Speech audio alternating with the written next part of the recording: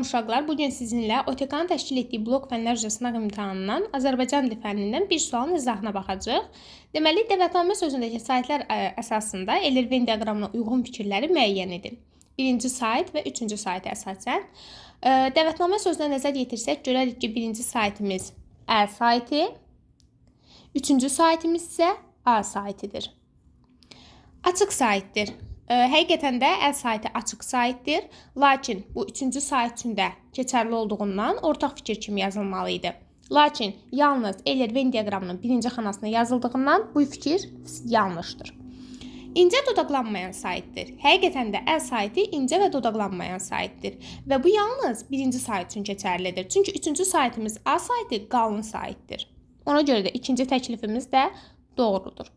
Uzanan saytdır. Həqiqətən də birinci sayt və üçüncü sayt hər ikisi uzanan saytdır və bu Eyler-Venn diaqramının ortaq xanasına yazıldığından bu fikir də doğrudur. Qarşılığı olmayan cingiltili samitin olduğu hecadadır. Qarşılığı olmayan cingiltili samitin olduğu hecadadır. Baxsaq, birinci hecamıza nəzər yetirsək, də, vət, nam, mə və bizə üçüncü heca lazımdır. Baxsaq, d samitinin çar qarşılığı var. Ona görə də bu fikir yanlışdır. Amma üçüncü heca üçün bu fikir keçərlidir. Lakin bu Eyler-Venn diaqramının ortaq xanasına yazıldığından bu fikrimiz də yanlışdır. Dodaqlanmayan qalın saytdır.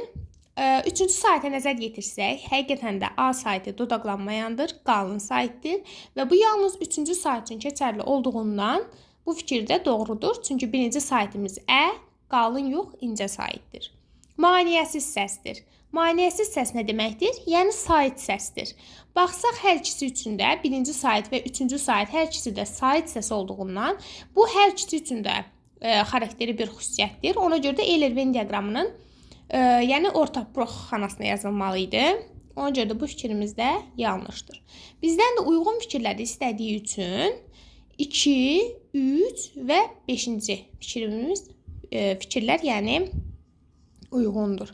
Doğru cavab C variantı.